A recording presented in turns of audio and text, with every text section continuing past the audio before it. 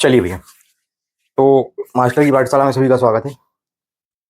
अपन ने एक वैकल्पिक विषय को प्रारंभ किया है, ठीक है, जिसमें अपन ने इस चीज को समझ लिया है बहुत अच्छे से कि वैकल्पिक विषय का चुनाव किस तरीके से किया जाएगा। अब जिसको जो वैकल्पिक विषय चुनना है वो पूर्णतः स्वतंत्र है, ठीक है। मैं यहाँ पर वैकल्पिक विषय के रूप में, ठीक है, मैं व्यक्तिगत रूप से बता रहा हूँ, है ना। तो मैं वैकल्पिक विषय के रूप में यहाँ पर आपको समाज शास्त्र पढ़ाना प्रारंभ कर रहा हूँ। बात क्लियर है भैया? तो जिस भी बच्चे का समाज शास्त्र वैकल्पिक विषय रहा है, ठीक है, या जो लेना चाहता है या जो लेगा, ठीक है, या जो ले चुका है, ठीक है, वो सभी का मास्टर की पाठशाला की इस क्लास में स्वागत है, ठीक है। और जो विचार बना रहा है, समझने की कोशिश करना चाहता है, उसका भी स्वागत है। तो यहां से आज अपन शुरू कर रहे हैं समाज शास्त्र। इस बात को बहुत ही आराम से बौद्धिक स्तर को मजबूत करते हुए और माइंडसेट क्लियर रखना, ठीक है, और उसके बाद पढ़ना चालू करना। माइंडसेट क्या क्लियर रखना है कि ये जो क्लास है, ठीक है, आज से शुरू होगी, है ना, और लगभग लगभग 200 क्लासों तक, 150 क्लास के करीब जाएगी। लगभग 6 महीना आपको लगेगा कंप्लीट ऑप्शनल को पढ़ने में। अब तुम बोलोगे भैया 3 महीने में तो हम खत्म कर लेते हैं ऑप्शनल, ठीक है, तो आप कर लीजिए, कोई बुराई नहीं है, लेकिन मेरे को लगभग 6 महीने का समय लगेगा। 125 से 150 क्लास के बीच में जाएगी, जिसमें 125 क्लास पूरी तरीके से विषय को समझाया जाएगा, सिलेबस को समझाया जाएगा, एक एक टॉपिक को समझाया जाएगा, एक एक टॉपिक के अंदर जो सब टॉपिक है उनको समझाया जाएगा, हर एक चीज को बहुत बारीकी से क्लियर किया जाएगा। पहली चीज। दूसरी चीज क्या होगी, इसमें आपको उत्तर लेखन कराया जाएगा, प्रश्न बनवाए जाएंगे, ठीक है, किस प्रकार के प्रश्न यूपीएससी पूछता है, किस प्रकार के पूछ सकता है, ठीक है, और किस प्रकार के पूछ रहा था, ठीक है, इन सभी का एक पूरा क्या होगा, खाका तैयार होगा, एक डाटा तैयार होगा, और उस डाटा के आधार पर आप चुनाव कर पाओगे कि हमें किस तरीके के प्रश्नों को अधिक स्थिति तक लिखना है, किस तरह के प्रश्नों को कम स्थिति में लिखना है, ठीक है। अब बोलोगे स्थिति क्या, तो आपको किस तरीके से प्रश्न को समझना है और उसका उत्तर देना है, मतलब हल करने का जो तरीका है वो हम बहुत आसान तरीके से समझ पाएंगे, और ऐसा समझेंगे कि इसमें आपको ना तो ज्यादा रिवीजन करने की आवश्यकता पड़ेगी, ठीक है, और ना आपको बार बार रटने की आवश्यकता पड़ेगी। एक बार पढ़ेंगे, पक्का पढ़ेंगे और आगे बढ़ जाएंगे। बात क्लियर है? ऑप्शनल सब्जेक्ट आप अपने जीएस के जितने भी आप जो भी आप डिसिप्लिन फॉलो करते हो, जिस भी तरीके का आपका रूटीन है, उसको डिस्टर्ब ना करते हुए इसको एक मान लो कि आप सिर्फ ये रिकॉर्डेड क्लास है या लाइव क्लास है, आप जिसको आसानी से पढ़ लो। बात क्लियर बात है ना, ठीक है। एक मेरा आपसे विनती है कि ये क्लास को 1.25x से ऊपर मत देखना। चाहे क्लास 2 घंटा की हो तो आप प्रॉपर 2 घंटा दो, और 1.25 कर दोगे तो वो लगभग लगभग पौने 2 घंटे की, 1.5 की हो जाएगी, ठीक है। तो इसमें तुम प्रॉपर एक एक शब्द को ध्यान से सुनते हुए उसके बाद नोट्स बनाओगे, उसके बाद रिवीजन करोगे। सारी चीजें अगर व्यवस्थित चलेंगी तो आपको ना रिवीजन करने की आवश्यकता पड़ेगी, ठीक है, ना कुछ, और आप उत्तर बना पाओगे। अपना आखिर में एक ही उद्देश्य है, जैसे जीवन का एक ही उद्देश्य होता है, मोक्ष, ठीक है, या मुक्ति। मोक्ष प्राप्त कर लो या मुक्ति प्राप्त कर लो, दोनों में से जिसको जो इच्छा हो वो प्राप्त करना, यही उद्देश्य है। वैकुंठ धाम किसी को है तो अंतिम उद्देश्य वही है, परम सुख या परम शांति। ऐसे ही समाज शास्त्र वैकल्पिक विषय रूप में पढ़ने का हमारा आखिरी उद्देश्य एक ही है कि यूपीएससी का जब पेपर हो तो हम दूसरों से कम 20 से 30 नंबर ऑप्शनल में ज्यादा ला पाए, ठीक है। इतनी बात क्लियर हो गई? आगे बढ़ जाऊं? ध्यान से बिल्कुल सुनना और ध्यान देने की आवश्यकता है। तो चलो शुरू करते हैं। कॉपी पेन ले लो, उसमें टॉप पे हेडिंग लगाओ, समाज शास्त्र वैकल्पिक विषय। इसके पहले मैंने एक काम दिया था, ठीक है, कि आपको सिलेबस को शुरू के 4 पन्ने में पूरा देख करके वर्ड टू वर्ड लिखना है। वो आपने लिख लिया होगा, मैं ऐसा उम्मीद करता हूं। नहीं लिखा हो तो आज रात में बैठ के लिख लेना, ठीक है।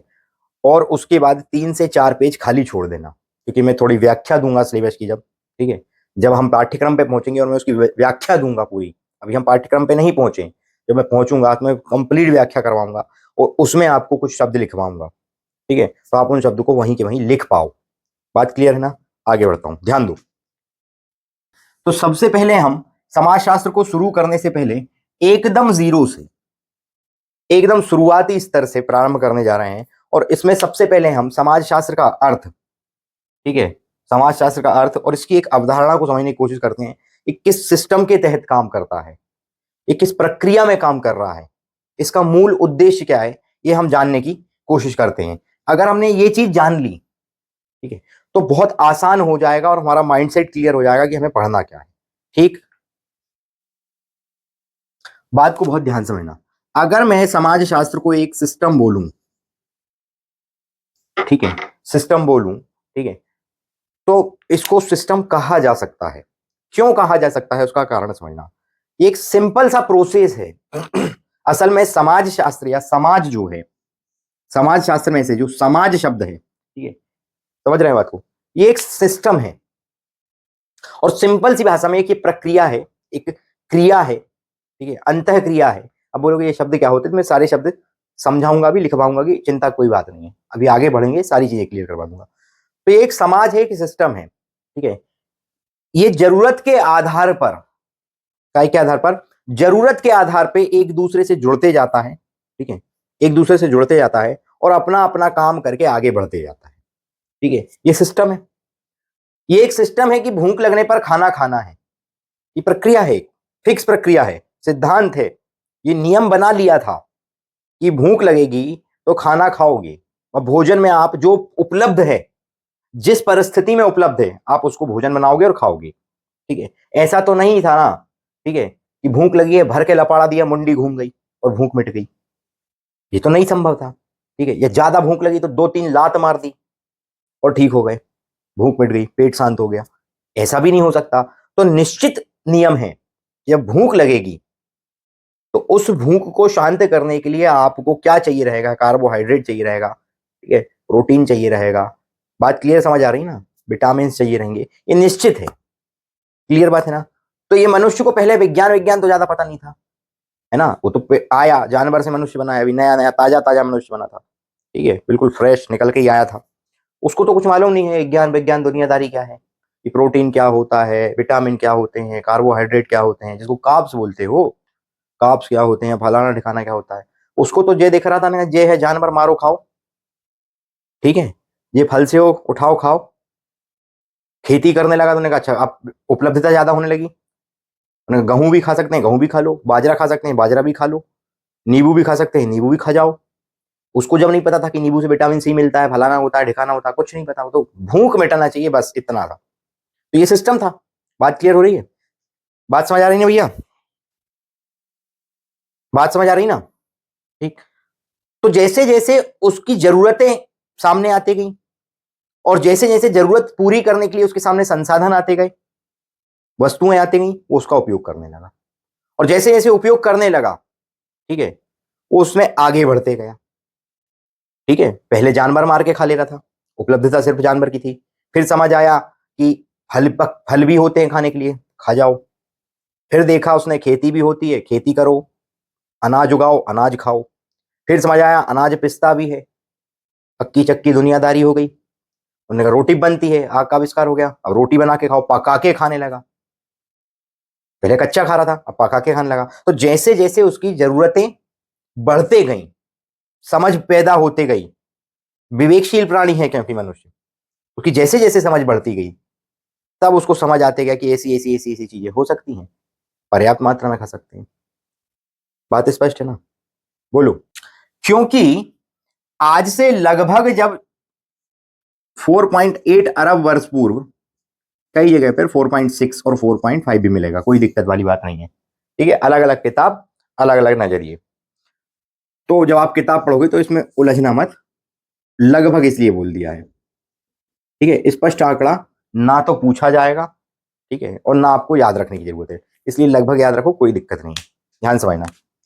तो 4.8 अरब वर्ष पूर्व के लगभग आज से जब पृथ्वी की उत्पत्ति हुई है,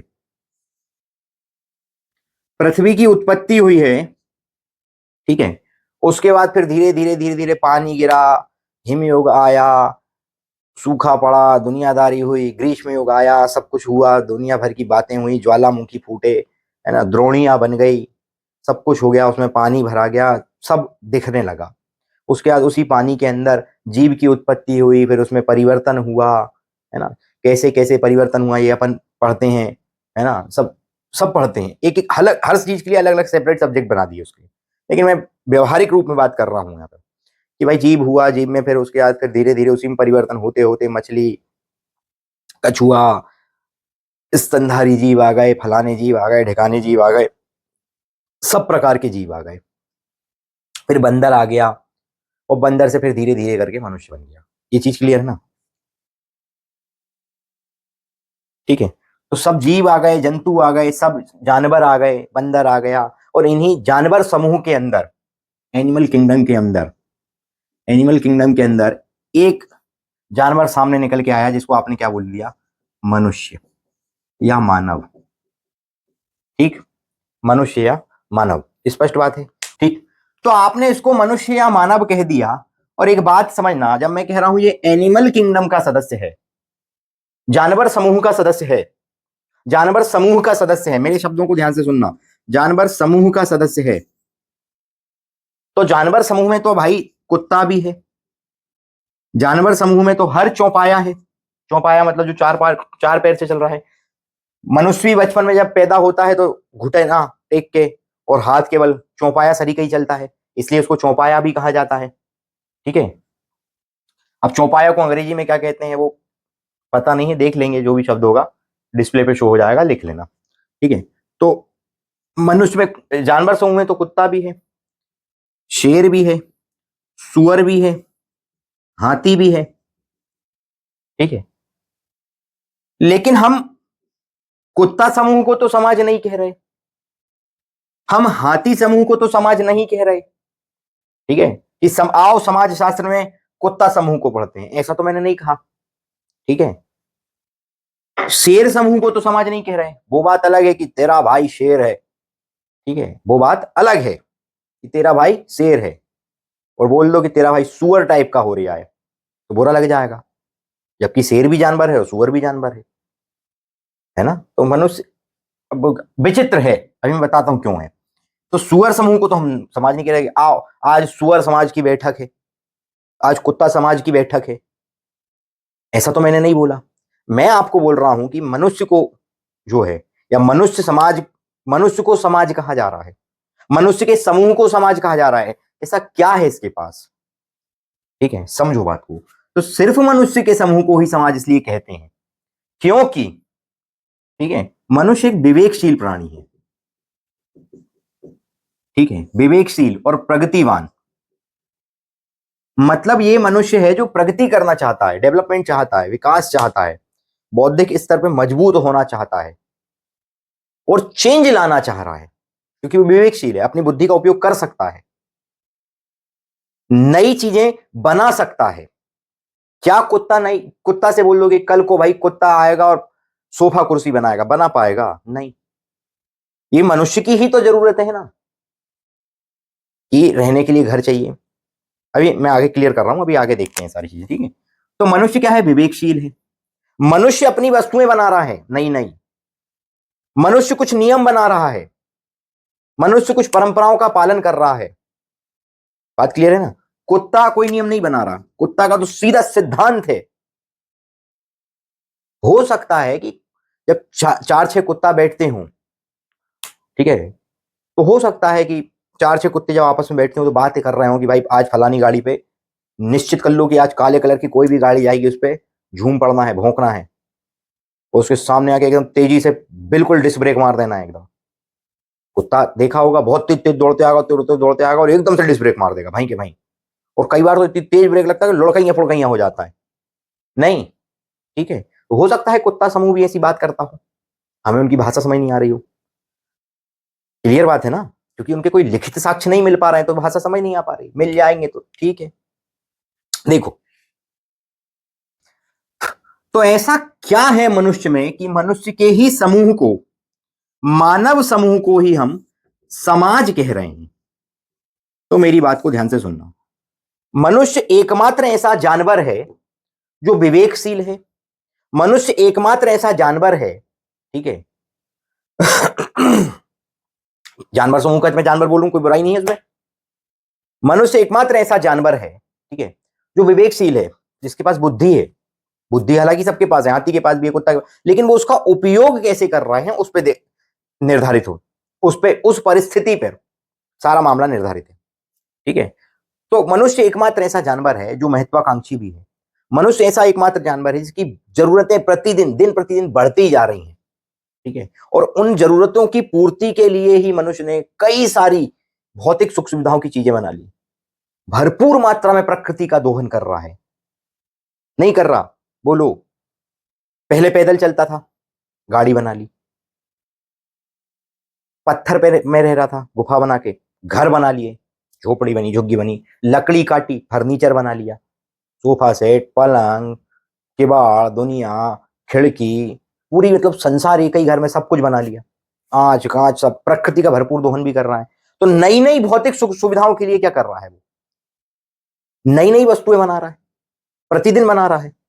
कुत्ता तो नहीं बना रहा, कुत्ता की तो कोई महत्वाकांक्षा ही नहीं। कुत्ता की तो सिर्फ एक इच्छा है, गाड़ी आए तेज दौड़ो भौंको, तेज दौड़ो भौंको, बिल्कुल चके के एकदम नीचे से यहां तक आना है और तुरंत हटना है। मौत को छू के टक से वापस आता है कौन? कुत्ता। समझ रहे हो? रोज डेली का है उनका, उनको कोई टेंशन नहीं है। और तेज दौड़ के आना, एकदम से डिस्क ब्रेक मार देना, ठीक। तो कुत्ता की तो कोई महत्वाकांक्षा नहीं है कि उसको भौतिक सुख सुविधा के लिए नहीं, भौंकने के लिए चोंगा बना लिया माइक। मनुष्य ने लेकिन बना लिया चिल्लाने के लिए माइक। मनुष्य ने लेकिन बना लिया है गाने के लिए माइक। बनाया नहीं बनाया?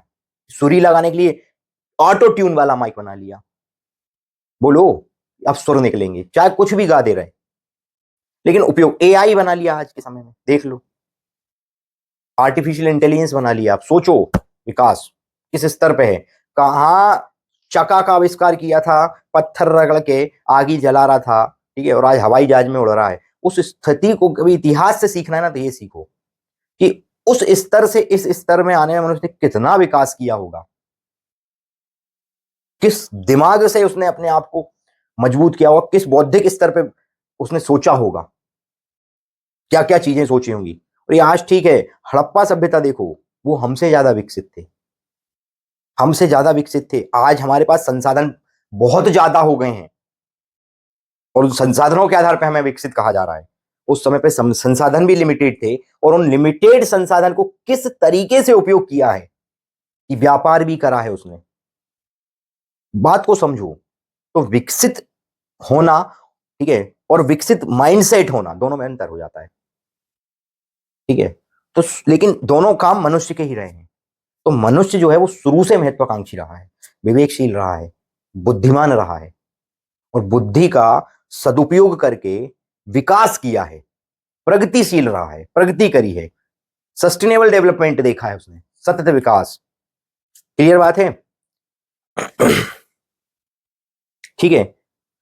तो ऐसी ऐसी वस्तुएं बना ली। उन वस्तुओं के साथ साथ उसने क्या किया? कुछ नियम भी बना लिए, कुछ परंपराएं भी बना ली। बनाई नहीं बनाई? बोलो, बनाई कि नहीं बनाई? भाई जब तक कच्चा मांस मिल रहा था तब तक जानवर खाया। जब उसने देख लिया कि अब खेती करने लगे हैं, उपलब्धता पर्याप्त है, भंडारण होने लगा है, खाना रखा जा सकता है जगह पे, इकट्ठा करा जा सकता है, और इसको मतलब साल भर चलाया जा सकता है, उसने देख लिया, समझ लिया, और देखा कि नई नई फसलें, नई नई खेती करके नई नई चीजों को उगाया जा रहा है और खाया जा रहा है और पकाया भी जा सकता है, तो उसने जानवर मारना, बोलो, बंद कर दिया। कच्चा मांस खाना बंद कर दिया, और नियम बना लिया कि मांस को या अनाज को पका करके खाएंगे। उसने नियम बना लिया कि सूर्य के उगने से पहले उठेंगे ताकि हमें ज्यादा समय मिले काम करने के लिए। परंपराएं बना ली कुछ, यही नियम जब लंबे समय तक हो गए तो परंपराएं बन गई। तो कुछ नियम बना लिए, कुछ परंपराएं बना ली, कुछ भौतिक सुख सुविधाओं की वस्तुएं बना ली, और ढेर सारी वस्तुएं बना ली। लेकिन किया, हालांकि प्रकृति का दोहन किया। अगर हम आज से 2000 साल पहले जाएं तो भरपूर मात्रा में आपको प्रकृति का दोहन तब भी दिखेगा, हुआ है। लेकिन उसके एवज में उसके बदले में उतनी ही मात्रा या उससे 4 गुनी मात्रा में क्या किया है मनुष्य ने, प्रकृति को बढ़ाया भी, क्योंकि वो जानता था शुरू से मनुष्य क्या रहा है, प्रकृति का ही तो पूजक रहा है ना। उसके बाद ये धर्म पंथ ये सब टूटे, शुरुआत स्तर से मनुष्य प्रकृति का ही पूजक रहा है, और इसके साक्ष्य मिलते भी हैं, 100% सिद्ध साक्ष्य मिलते हैं। ठीक है, बात क्लियर है, ध्यान देना। ठीक है, तो कुल मिला के क्या किया, उसने परंपराएं बना ली कि भाई ऐसा करोगे तो ऐसा होगा, मतलब रोटी बनाओगे, रोटी अगर बनाओगे, उसने निर्धारित कर लिया कि अगर भाई अनाज उगाओगे तो रोटी बनाओगे, रोटी बनाओगे तो खाओगे, भूख मिटेगी, मतलब उसने निश्चित कर लिया कि अनाज उगाना है, हल चलाना है, हल नहीं भी चलाना, कई जगह नहीं चलते हैं। ठीक है, जानवर मारना कम कर दिया, तो उसने नियम बना लिया कि भाई हम विशेष दिनों पर ही जानवर मारेंगे, क्योंकि जानवर जो है वो हमारी सुरक्षा के लिए भी काम आते हैं, नियम बना लिया। ठीक है, तो जैसे जैसे मनुष्य विकास करते गया, या जैसे जैसे मनुष्य विकास करते जाएगा, वैसे वैसे वो भौतिक सुख सुविधा की वस्तुएं क्या करेगा, बोलो, बनाएगा, और कुछ नियम भी बनाएगा, कुछ परंपराएं बनाएगा जिनके आधार पर वो चलेगा।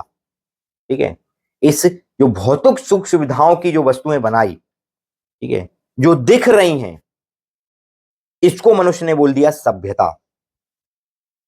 इसको क्या बोल दिया, सभ्यता। ये मानव सभ्यता के साक्ष्य हैं, आपने पढ़ा होगा। और जो परंपराएं, जो नियम, ठीक है, जो मूल्य बना लिए, इनको बोल दिया संस्कृति। क्या, एक को बोल दिया सभ्यता जो दिख रहा है, और एक को बोल दिया संस्कृति। घर बनाया सभ्यता का हिस्सा है, ठीक है, घर में कुछ नियम बना दिए संस्कृति के हिस्सा है, कुछ परंपराएं बना दी संस्कृति का हिस्सा है। तो इन्हीं सभ्यता और संस्कृति से बंधा हुआ जानवर, इन्हीं सभ्यता और संस्कृति से बंधा हुआ जानवर समूह का एक जानवर जो विवेकशील है, जो महत्वाकांक्षी है, जो प्रगतिवान है, जो सतत विकास चाह रहा है, उसको आपने नाम क्या दे दिया, मनुष्य। बात क्लियर है। और इसी मनुष्य के समूह को क्या नाम दे दिया, बोलो, समाज। कई सारे समूह, कई सारे समूह अपनी अपनी जरूरतों के आधार पर दूसरे समूह से जुड़ते गए। इसी मनुष्य के समूह और कई सारे जो समूह हैं, वो अपनी अपनी जरूरतों के आधार पर, क्यों, क्योंकि मैंने बोला जानवर की कोई महत्वाकांक्षाएं नहीं है, जानवर का कोई प्रगति करने का प्लान भी नहीं है, ने कहा हटाओ, मस्त जीवन चल रहा है, बता चुका हूं मैं, कुत्तों का जीवन है बढ़िया, दौड़ो, खाओ पियो, ऐश करो, बस। शेर न पड़े रहो, एक आध शिकार आया खाया, टेंशन फ्री। लेकिन मनुष्य विवेकशील है, विवेकवान इंसान है, बुद्धिमान है, तो उसके अंदर एक इच्छा है, उसकी बहुत प्रबल इच्छा है, जिसको महत्वाकांक्षा कहते हैं। ठीक है, वो महत्वाकांक्षा इतनी तीव्र है कि उसको हर चीज, हर दिन कुछ नया चाहिए। आज एआई का जमाना आ गया, कल आज से 20,000 साल बाद जब पूरी पृथ्वी मान लो नष्ट हो गई, कोई भरोसा नहीं, क्योंकि तुम जिस हिसाब से प्रकृति का दोहन कर रहे हो और उसके बदले में कुछ प्रकृति को दे नहीं रहे हो, उस हिसाब से देखा जाएगा तो 1,500 साल में पूरी पृथ्वी नष्ट कर दोगे। खैर, वो आगे की चिंता है। ठीक है ना, अभी हम क्या कर रहे हैं उस पर ध्यान देना अनिवार्य है ना, हम तो बचाने में लगे हैं, तुम लोग उजाड़ो, कोई दिक्कत नहीं है। खैर, किस तरीके से विकास कर रहा है मनुष्य, हर चीज, जानवरों का नहीं है, तो आपको एक चीज स्पष्ट हो गई ना, ठीक है, कि वो समूह को जरूरत ही नहीं है, जानवर समूह को, तो वो क्या बढ़ेगा, नहीं, उसको जब जरूरत ही नहीं है कोई, तो वो दूसरे समूह से मिलेगा, नहीं मिलेगा। लेकिन मनुष्य जो मानव कहला रहा है, ठीक है, जो मनुष्य है, इसकी जरूरतें बहुत सारी हैं, और हर जरूरत एक ही समूह या एक ही मनुष्य पूरा कर ले, संभव नहीं है। बात स्पष्ट है ना। आज भले ही तुमने एआई बना लिया, आर्टिफिशियल इंटेलिजेंस, लेकिन आर्टिफिशियल इंटेलिजेंस, ठीक है, चाहे कितना ही डेवलप हो जाए, चाहे कितना ही, वो सिर्फ उन्हीं डाटा का उपयोग करेगा जो आप उसको दोगे, दोगे तो आप, ठीक है, खुद की बुद्धि नहीं है आर्टिफिशियल इंटेलिजेंस के पास, और ना कभी आएगी। अब तुम बोलोगे भैया आ गई है, लोग बताते लोग बाग, भैया बताते और होने में अंतर है। ये सारे अलग टॉपिक हैं, इनको भी पढ़ना है, अलग है, लेकिन ये भी पढ़ेंगे, ऐसा नहीं कि नहीं पढ़ना, सब चीज पढ़ना है, हर एक चीज को छोड़ना नहीं है, क्योंकि आपको पता है आप यूपीएससी की तैयारी कर रहे हो, और यूपीएससी में क्या सब्जेक्ट क्या बोलते हैं, जनरल स्टडी, सामान्य अध्ययन। सामान्य मतलब बोलो जो सब जगह दिख रहा है, सामान्यतः हर चीज में दिखता है, और जो दिख रहा है वो आपको पढ़ना पड़ेगा, मजबूरी है आपकी। इसलिए यूपीएससी का सिलेबस कभी खत्म नहीं होता, रोज बढ़ता है। खैर आगे बढ़ेंगे। देखो, तो ये सभ्यता और संस्कृति से युक्त है। सभ्यता और संस्कृति को आपस में क्या करा है, जोड़ के रखा है, कौन ने, मनुष्य ने। और यही मानव मनुष्य है जिसकी जरूरतें बढ़ती गई, जरूरतें बढ़ी, उसके अलग अलग समूह आपस में जुड़ते गए, बोलो हो कि नहीं हो। और इसी मानव के समूह को तो समाज कह रहे हो। मान लो भाई मेरे को बाल कटवाना है, अब मेरे को तो बाल काटना आता नहीं, मैं कहां जाऊंगा, सलून जाऊंगा, नहीं सलून, सैलून, वहां पे कौन मिलेगा, नाई, कर्म आधारित नाई, भाई उसको नाई कहते हैं, नहीं तो तुम पता लगा भैया जाति बात कर रहा है। ठीक है, तो मेरे से आके कहीं मिल लेना व्यक्तिगत रूप से, मेरे से कुछ बोलना है ना, या कमेंट करने से पहले डायरेक्ट मेरे को फोन करना, तो मैं आपको स्पष्ट कर दूंगा कि मैं जातिवाद करता हूं या नहीं करता हूं, या मेरी नजर में सब समान है। ठीक है, वो मैं व्यक्ति, ठीक है आ गया। तो भाई वो कहां जाएगा, नाई के पास। अब नाई समूह में मान लो 20 लोग हैं, ठीक है, और यहां पे ये दाढ़ी बाल बढ़ाए हुए लोगों के समूह में 20 लोग हैं। अब एक एक व्यक्ति के पास जाके बैठ गया, इस समूह का, इस समूह के पास, इसको भी आप समाज कह रहे हो, इसको भी आप समाज कह रहे हो, क्योंकि मैंने आपको बता दिया मनुष्य का समूह है, और मनुष्य का समूह समाज कहलाता है। ये समूह इस समूह से मिला, तो समझो बात को, ये दोनों आपस में क्या कर लिए, बात व्यवहार किए नहीं किए, व्यवहार हुआ कि नहीं हुआ इनके बीच में, बोलो। बोला भैया तू हमारे बाल काट दे, हम तेरे को पैसा दे देंगे, ये आपस में जुड़ गए, ये समूह और ये समूह एक हो गया कि नहीं हो गया। अब जब भी बाल कटवाने की जरूरत पड़ेगी तो इस वाले समूह को, जिसकी बाल दाढ़ी बढ़ रहे हैं, उसको ये नाई समूह के पास जाना पड़ेगा कि नहीं जाना पड़ेगा, बोलो हो कि नहीं हो, बोलो।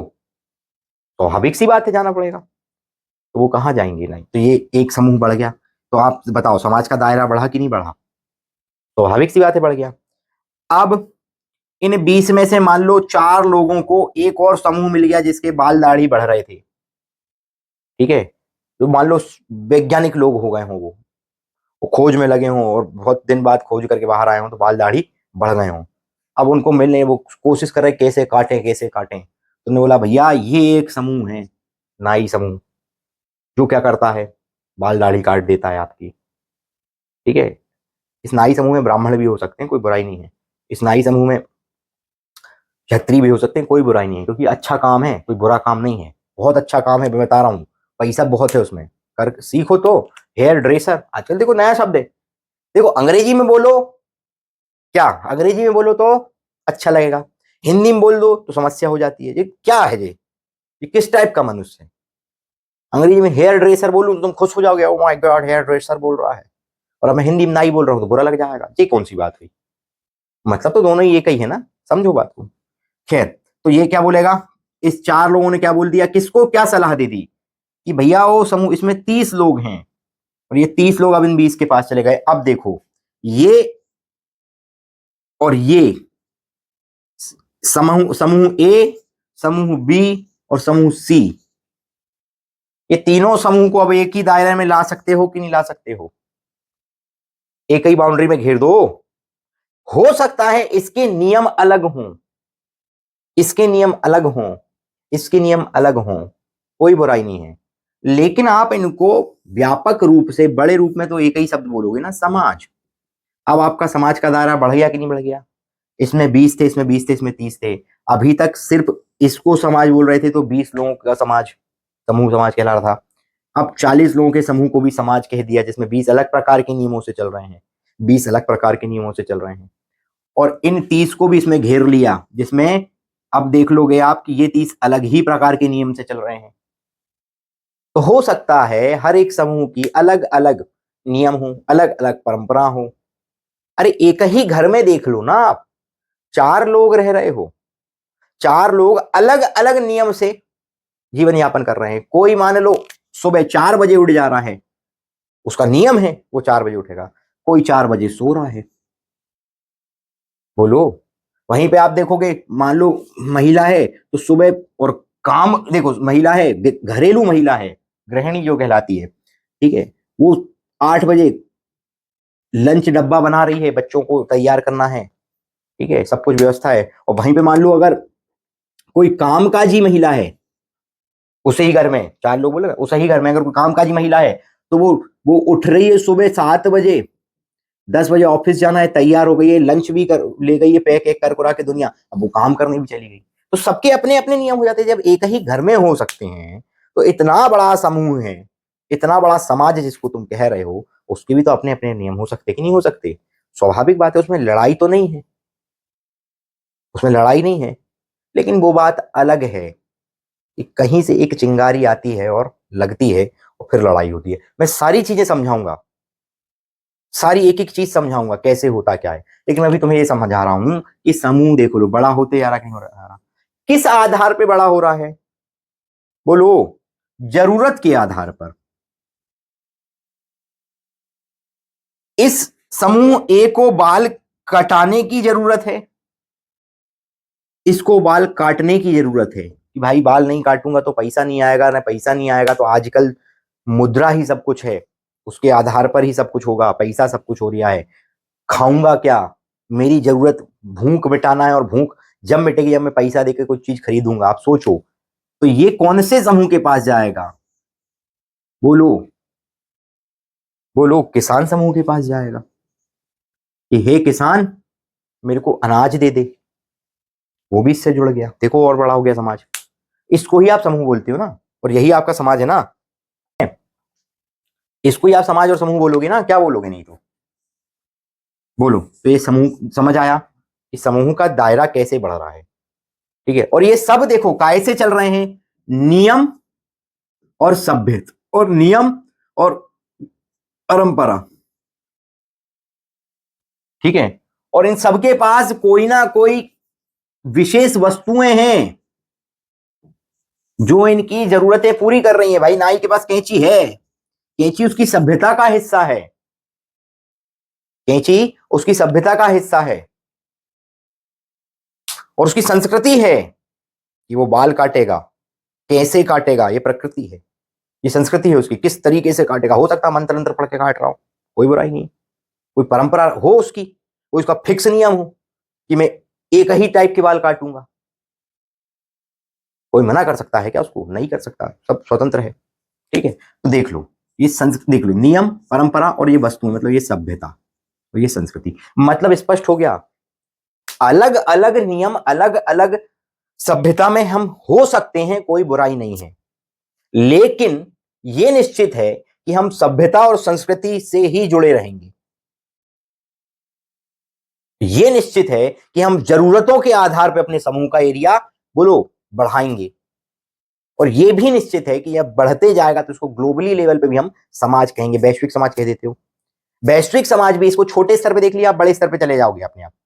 वैश्विक समाज भी जरूरत के आधार पर एक दूसरे से जुड़ा है। तो जैसे जैसे जरूरत बढ़ते जाएंगी, वैसे वैसे नई नई चीजें आते जाएंगी, और नई नई चीजें आते जाएंगी तो नए नए उपभोक्ता आते जाएंगे, नए नए मतलब ग्राहक आते जाएंगे उसका उपयोग करने वाले, वो नए नए ग्राहक आपसे जुड़ते जाएंगे, क्रिया अंतः क्रिया, वो जुड़ते जाएंगे। और जैसे जैसे जुड़ते जाएंगे समाज का दायरा बोलो कम होगा या ज्यादा होगा? ज्यादा होगा। बात क्लियर हो रही है? ध्यान से सुनना, ठीक है। अब दिमाग में आया कि समाज का तो मामला क्लियर हो गया, अब ये शास्त्र क्या है? समाज का तो मामला क्लियर हो गया कि मनुष्यों के समूह को समाज कहते हैं, ठीक है। और समूह जो है वो जरूरत के आधार पर बनते हैं। क्योंकि जब मनुष्य पैदा हुआ होगा, पहली बार जब जंगल से बाहर आया, होमोसेपियंस कहलाते हो, आज बोलते हो होमोसेपियन, नाम सुना होगा। ऑस्ट्रेलोपिथेकस आया, निएंडरथाल आया, पिंथेकेथ्रोपस था, तो ये सब तो हमारी पीढ़ी है, इनको अपन नहीं देखते हैं अपन, इनको सबको अपन बायो में पढ़ेंगे, बायोलॉजी में, ठीक है। या जब आप एक विषय पढ़ते हो एंथ्रोपोलॉजी, उसमें आप पढ़ते हो, ठीक है, मानव विज्ञान में, ये सब चीजें तो उसमें अपन देखेंगे, है ना। अभी हमें क्या देखना है, अभी हमें ये देखना है कि भैया हमने समाज का मतलब तो समझ लिया कि समाज का मतलब तो हो गया समूह जो जरूरतों के आधार पर जुड़ा है। ये शास्त्र क्या, शास्त्र क्या, शास्त्र यानी इस समूह इस समाज का अध्ययन करना। विज्ञान यानी कि विशेष अध्ययन, शास्त्र बराबर विज्ञान, और विज्ञान यानी किसी भी चीज का तर्कपूर्ण विशेष अध्ययन करना। अब तुम बोलोगे कि तर्कपूर्ण विशेष अध्ययन क्या है, मतलब कुछ चीजें तर्क रूप से सिद्ध करते हुए बताना कि अच्छा ऐसा करोगे तो ऐसा हो जाएगा, ये देख लो, ए बराबर बी, बी बराबर ए, ऐसा क्यों है, कैसे है, वो आप सिद्ध करके देते हो नहीं देते हो गणित में, तो गणित भी विज्ञान है। विज्ञान यानी विशेष ज्ञान, किसी भी ज्ञान को विशेष रूप से ग्रहण करना और बताना, ये विज्ञान है। तो यही शास्त्र है। अब तुम बोलोगे कि समाज का क्या शास्त्र, समाज में क्या विशेष, तो तुम जब ध्यान से देखोगे तो पूरी समाज जो है जरूरत के आधार पर है, लेकिन ये निश्चित है कि कोई ना कोई समस्या तो होगी, कोई ना कोई समस्या तो होगी, स्वाभाविक सी बात है। मान लो यही जो लड़का था जो सुबह 4 बजे सो रहा था, इसको मान लो 8 बजे उठा दो, इसको समस्या हो जाएगी, तो ये अध्ययन करेगा और इसका समाधान खोजेगा। बोलो करेगा कि नहीं करेगा। अब वो अध्ययन करेगा, अच्छा मैं 4 बजे से 8 बजे उठ जा रहा हूँ, तो मेरे को अगर घर वाले 8 बजे उठा रहे हैं तो मेरे को यहाँ 12 बजे 2 बजे तक सोना ही पड़ेगा, तब जाके मेरी 6-8 घंटे की नींद होगी, मैं 4 बजे नहीं सो सकता। इसने समाधान निकाल लिया, तो यही तो काम है ना। अब पहले लोग क्या करते थे ये समझो, पहले लोग समस्या लेकर के गए, अब उस समस्या का समाधान देने वाले लिमिटेड लोग थे। मान लो कोई बीमार हो गया, वो चिकित्सक के पास जाएगा। अब चिकित्सक, ठीक है, चिकित्सक उस समय आयुर्वेद चलता था, तो चिकित्सक ने उसका इलाज कर दिया, बोलो हो कि नहीं। अब समझना, इलाज कर दिया, एक गांव है, एक गांव में 100 लोग हैं, वो एक ही चिकित्सक है, उसके पास गया, इलाज कर दिया, ठीक हो गया। वो दूसरा बीमार पड़ा, इलाज कर दिया, ठीक। अब मान लो ऐसे में चिकित्सक ही निपट जाए तो समस्या का समाधान बंद हो जाएगा, बोलो हो कि नहीं। तो वो क्या करेगा, वो चिकित्सक मरने से पहले अपनी औलाद को क्या करेगा, वो चिकित्सा पद्धति सिखा देगा, स्वाभाविक है सिखा देगा। समझो बात को, ये जो बहुत बड़ी डिबेट होती है ना, इसका भी उत्तर मिल जाएगा तुम्हें यहाँ। पहले ऐसा क्यों होता था, पहले एक शब्द सुना होगा, राजा का बेटा राजा। अरे राजा का बेटा राजा इसलिए था क्योंकि पहले लिखित पद्धति नहीं थी, पहले मौखिक पद्धति थी। जब आप वैदिक काल में जाओगे तो आप सुनोगे कि वेद जो है वो श्रुति आधारित हैं, सुनने के आधार पर ज्ञान प्राप्त किया है, सुना, याद किया, याद रखा, और बस, लिखित नहीं थे, फिर आगे जाके लिखे, ठीक है, ये बात अलग है। लेकिन इसको समझोगे तो डिबेट खत्म हो जाएगी वहीं, ये लड़ाई लड़ते रहते हो, समझो। तो अब मान लो चिकित्सक मर गया, तो मरने से पहले क्या, अब उसका बच्चा क्या हो गया, वो चिकित्सक, उसको वो सब पता है कि ये फलानी बीमारी में फलाना इलाज करना है, तो फलानी बीमारी जो एक समस्या है उसका समाधान ये है, वो निश्चित कर दिया। लेकिन इसमें तो गड़बड़ हो रहा था, मामला हो रहा था, नहीं हो रहा था, है। तो सबने अपनी अपनी अपनी अपनी किताबें बना ली और लिखना चालू कर दिया, और लिख लिख के धर दी ये सब किताबें। अब इसका अध्ययन कर लो और इसमें से आप समाधान निकाल लो। अब समूह है, अगर मान लो उसको पैसे संबंधी कोई समस्या होगी तो वो क्या करेगा, किसका अध्ययन करेगा, वो अर्थनीति का अध्ययन करेगा, करेगा नहीं करेगा, बोलो। अर्थशास्त्र की किताब उठा के लाएगा, उसमें पढ़ेगा, अच्छा ये समस्या आने पे ऐसा किया जाता है, समाधान खोज लेगा। राजनीतिक समस्या आ गई, उसके लिए राजनीति शास्त्र की किताब उठा के लाएगा। ऐतिहासिक समस्या आ गई, ऐतिहासिक शास्त्र की किताब उठाएगा, यही करेगा ना, बोलो। लेकिन समस्या अभी भी थी, क्या समस्या थी, देखो, अलग अलग समस्या के लिए अलग अलग किताबें हो गई, या अलग अलग समस्या के लिए अलग अलग समूह बन गए। अब हो जाए, ऐसा हो सकता है कि जे समूह वो समस्या का इलाज करता हो, मान लो कोई को इकोनॉमिक समस्या हो, आर्थिक समस्या है, और आर्थिक समस्या का समाधान, ठीक है, आर्थिक समस्या के का समाधान जो है वो किसी विशेष समूह के पास हो और वो समूह किसी बात ही नहीं करता हो, तो समस्या का समाधान हो ही नहीं पाएगा। वो कहते नहीं, वो मुंह फुला ले कि नहीं तुमने उस दिन हमें बोला था ऐसा, ठीक है, तुमने हमें उस दिन बोल दिया था, आए बड़े आर्थिक नीति समझाएंगे, अब वो नहीं बोल रहा, वो तो समाधान ही निकल पाएगा नहीं निकल पाएगा। ठीक है, तो बड़ी समस्या हो रही थी। इस समस्या से बचने के लिए क्या करना पड़ेगा?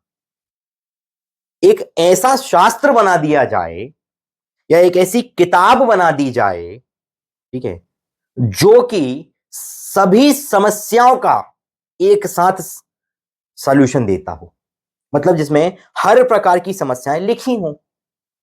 अब इसके दो उपाय हो सकते हैं। एक तो डॉक्टर ने जो किताब लिखी होगी वो उठा के लाओ, मेडिकल समस्या रख दी।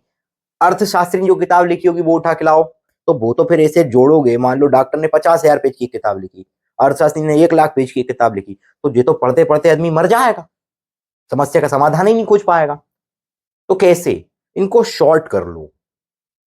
शास्त्र के अंदर क्या किया जाता है वो समझा रहा हूं मैं।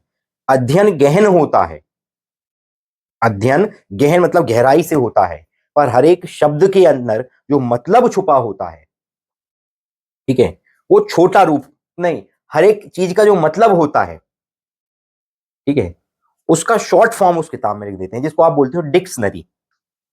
ठीक है, जिसको आप क्या बोल देते हो? डिक्शनरी। डिक्शनरी देखिए, 1 लाख शब्द हैं, उन शब्द के गहन अर्थ लिखे हैं अलग अलग परिप्रेक्ष्य में, अलग अलग परिस्थिति अनुसार। ठीक है, क्या करा जाए भाई, कैसे किया जाए इसका समाधान? कि अगर मान लो समाज के सामने ये समूह मैंने बना दिए हैं, ये नियम से चल रहे हैं, ये सभ्यता से चल रहे हैं, ठीक है, अब ये जो समूह और ये समूह और जो इसको आप समाज कह रहे हो, इनके सामने कोई चुनौती आ जाए, कोई समस्या आ जाए, तो ये इसका समाधान ढूंढने के लिए भाई मान लो राजनीतिक कोई समस्या है, राजनीतिक समस्या का सुलझाने वाला, राजनीतिक समस्या को सुलझाने वाला इनके समूह से 50 कोस दूर एक समूह में रहता है, तो क्या वहां तक जाओगे? मर ही जाओगे। तो इस समस्या को सॉल्व करने के लिए क्या करना था कि क्यों ना एक जगह पे सारी समस्याओं को और उनके समाधान को रख दिया जाए। तब एक आदमी हुआ जिसकी बुद्धि में एक ये ख्याल आया कि ऐसा किया जा सकता है, और उस आदमी का नाम क्या था? उस आदमी का नाम था अगस्त कामते। अगस्त कामते जो था वो वैज्ञानिक था, फिजिक्स का ज्ञाता था। तो उसने समाज को फिजिक्स के नजरिए से ही देखा, वैज्ञानिक दृष्टिकोण से ही देखा, और उसने बोला क्यों ना हम समाज का जो अध्ययन है वो वैज्ञानिक दृष्टिकोण से करें, वैज्ञानिक पद्धति अनुसार करें, और उसमें क्या मिल जाए, सारी समस्याओं का समाधान मिल जाए, और हम एक ही जगह सब समस्या लिख दें और उसके बाद सब समस्याओं के समाधान भी लिख दें उस पे। उससे क्या होगा? उससे ये होगा कि ये जो लोग भटक रहे हैं ना, ठीक है, वो अगर एक किताब को पढ़ दें, इस शास्त्र को पढ़ दें, तो ये भटकना बंद हो जाए और वो एक जगह एकत्र हो जाए। और जो वैश्विक समाज है, जो हालांकि उस समय उसके लिए वैश्विक समाज मतलब वो सिर्फ फ्रांस का व्यक्ति था, वो फ्रांस की समाज थी, ठीक है, जो वैश्विक समाज है, ठीक है, वो एकजुट हो जाए। इनमें जो अलगाव आ रहा है, जो मुंह फुलाने की व्यवस्था हो रही है फलाना ठिकाना, वो समस्या ही नहीं आए। ये समस्या से बचाने के लिए अगस्त कामते ने क्या किया? समाज का वैज्ञानिक परिप्रेक्ष्य में क्या किया? अध्ययन किया। समाज की समस्याओं का वैज्ञानिक दृष्टिकोण से अध्ययन किया, मतलब तर्क दिए, निष्कर्ष निकाले, सिद्ध किया वाली स्थिति में लाया। ठीक है, कि ऐसा अगर होता है तो ये होता है, ये होता है तो ये होता है। मतलब अगर पैसा नहीं होगा तो आप जरूरत पूरी पूरी नहीं कर पाओगे, जरूरत पूरी नहीं कर पाओगे तो आप दूसरों पे हावी होने लगोगे, जरूरत की सामान छीना झपटी हो जाएगी। ये सब बताना चालू किया। ठीक है, उसने सिद्ध कर करके देना चालू किया। ठीक है, वैज्ञानिक। लेकिन भाई एक चीज समस्या हो गई इसमें, सब कुछ लिख दिया उसने एक ही किताब में, ये समस्या लिख दी, समाधान लिख दिए, एक जगह पे सुई धागा से सिल के इतनी मोटी किताब बना के धर दी और बोला कि इसको क्या करो, पढ़ लो, जो भी समस्या है सारी चीजों के समाधान इसमें है। लेकिन संभव नहीं है कि समाज शास्त्र को सिर्फ वैज्ञानिक दृष्टिकोण से देखा जाए और सारी समस्याओं के समाधान निकल जाए, नहीं, क्योंकि अगस्त कामते भी इंसान है। अब अगस्त कामते जब इंसान है तो उसकी बुद्धि जितनी चली, जिस परिस्थिति में चली, जिस स्थिति में चली, जिस माहौल को देख करके चली, उसने उतना ही लिख पाएगा कि नहीं? उतनी ही समस्याओं को ढूंढ पाएगा कि नहीं? कोई जरूरी थोड़ी है कि वो फ्रांस में बैठा था, फ्रांस में जिस प्रकार की समस्याएं थी वही समस्याएं भारत में हो, भारत की समस्याएं अलग हो सकती हैं, कोई जरूरी नहीं। सही है ना? इसीलिए एक और परिप्रेक्ष्य आया, एक और प्रोस्पेक्टस आया सामने, प्रोस्पेक्टस ही बोलते हैं ना, हाँ ठीक है। एक और परिप्रेक्ष्य सामने आया जिसको बोलते हैं सामाजिक परिप्रेक्ष्य। मतलब समाज को देख करके, समाज के नजरिए को समझ करके, समाज के बीच में बैठ करके चर्चा करके उनकी समस्याओं को सुनो और उनके समाधान खोजो, सरलतम समाधान खोजो। तो इन दोनों को मिला जुला करके जो एक अध्ययन कर सकता है, ठीक है, उसको कहते हो आप एक समाजशास्त्री। और समझना बात को, वो वैज्ञानिक दृष्टिकोण का उपयोग भी करता है और वो सामाजिक दृष्टिकोण का भी उपयोग करता है, ठीक है। लेकिन याद रखना, वो समाज शास्त्री कहलाता है और हमें यहां क्या पढ़ना है? समाज शास्त्र। मतलब हमें वो किताब पढ़ना है, ठीक है, या हमें एक समाज शास्त्री बनना है। जब हम एक समाज शास्त्री बन जाएंगे, मतलब हम क्या करेंगे, ये जो समाज था जिसका हमें अध्ययन करना था, इसका हम अध्ययन कर पाएंगे। तो मतलब समझो, समाज का मतलब समूह, समाज का मतलब समूह, कौन का? मानव का। और इस मानव के समूह का अध्ययन, और अध्ययन में भी क्या अध्ययन? तो समस्या का और समाधान का अध्ययन करना क्या कहलाता है? समाज शास्त्र। बोलो, क्लियर हुआ नहीं हुआ? मतलब शब्द का अर्थ बिल्कुल स्पष्ट हुआ कि नहीं? क्योंकि इसका अर्थ बहुत स्पष्ट होना जरूरी है। ये है वास्तविक शब्द का अर्थ। हमें समाज शास्त्र पढ़ना है, समाज शास्त्र का अर्थ अगर नहीं क्लियर है तो हम आगे क्या करेंगे हमें थोड़ी समझ आएगा। अब हम बहुत स्पष्ट हो गए हैं कि हम जब सिलेबस पढ़ेंगे तो हमें समस्या दिखेंगी, हमें समाधान दिखेंगे, उनका मीजान बिठालना पड़ेगा कि ये जो समस्या है उसका जो समाधान है वो क्या सिर्फ वैज्ञानिक दृष्टिकोण से है या वो सिर्फ सामाजिक दृष्टिकोण से है। क्योंकि इस स्थिति में परिस्थिति बहुत अधिक मैटर करती है। याद रखना, दो विषय ऐसे हैं, दो क्या हर विषय ऐसा है जिसमें परिस्थिति बहुत मैटर करती है। एक समाज की, मैंने आपको ही बता दिया, एक समाज की परंपरा अलग हो सकती है, दूसरी समाज की परंपरा अलग हो सकती है, लेकिन उसके बाद भी आप उनको समाज ही बोलोगे। तो इसलिए अध्ययन करते टाइम हमें ये समझना पड़ेगा। ये तो क्लियर हो गया कि हमें समस्या पढ़ना है, समाधान पढ़ना है, लेकिन अध्ययन करते टाइम हमारा माइंडसेट बिल्कुल स्पष्ट होना चाहिए कि हमें दोनों का बैलेंस करते हुए पढ़ना है। मतलब वैज्ञानिक दृष्टिकोण भी अपनाना है जहां जरूरत लगेगी, और जहां जरूरत लगेगी वहां पर सामाजिक दृष्टिकोण भी अपनाना है। ऐसा नहीं कि आप बिल्कुल एकदम फिक्स हो जाओ। मान लो अगर कोई अगस्त कामते की ही किताब पढ़े और बोले मैंने समाज का अध्ययन कर लिया है, तो वो सिर्फ वैज्ञानिक दृष्टिकोण देख पाएगा, और वो भी कहां का वैज्ञानिक दृष्टिकोण देख पाएगा? सिर्फ फ्रांस का। ग्लोबल लेवल पे उसको अप्लाई नहीं कर पाएगा, दिक्कत हो जाएगी। समझ रहे हो ना बात को? इसलिए सामाजिक दृष्टिकोण का होना भी बहुत ज्यादा अनिवार्य है। तो हम अध्ययन करना, क्या अध्ययन करना समझ आ गया? समाज शास्त्र का मतलब समझ आ गया, समाज का अध्ययन करना। समाज का अध्ययन मतलब मनुष्य के समूहों का अध्ययन करना। क्लियर है? समूहों का अध्ययन मतलब इनकी परंपराओं को समझना, इनकी सभ्यताओं को समझना। इनकी परंपरा और सभ्यता दोनों को समझने के बाद इसमें क्या समस्या है और क्या समाधान है, ये सब निकाल पाना, इन सबका हल ढूंढना, ये कहलाता है समाजशास्त्र।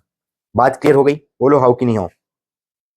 अभी क्लियर करूंगा आगे कि समाज शास्त्रीय परिप्रेक्ष्य क्या होता है। समाज शास्त्रीय परिप्रेक्ष्य मतलब ये है कि समाज के जो नियम है, जो नैतिकता है, जो मूल्य हैं, जो परंपराएं हैं, उनको देखोगे आप, ठीक है, उनमें रहोगे, उसमें उसमें भी कुछ ना कुछ समस्याएं हैं, उनके समाधान खोजना। ये नहीं होता कि समाज, मान लो नाई समाज का एक फिक्स नियम है कि हम बाल कटोरा कट ही काटेंगे। नहीं, आप एक साइड के पूरे खत्म करवा लो, कोई दिक्कत नहीं, पूरा गंजा कर दो, हमें हमें कोई समस्या नहीं। आप करके तो देखो। तो आप ऐसा नहीं कह सकते ना उसको। क्या नाई समाज का जो नाई समूह का जो फिक्स नियम था, आप उसके विपरीत भी काम करोगे, करोगे कि नहीं करोगे? तब तो परिवर्तन आएगा ना।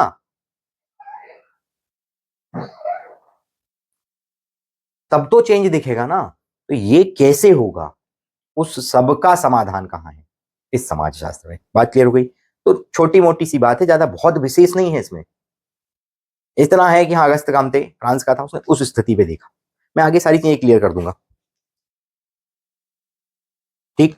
तो तुम्हें ये क्लियर हो गया कि समाज शास्त्र क्या है और समाज शास्त्र के अंदर क्या पढ़ना है और समाज शास्त्र में कौन कौन से दृष्टिकोणों का उपयोग होगा, ठीक है? अभी और आगे आगे नए प्रकार के दृष्टिकोण भी आएंगे सामने।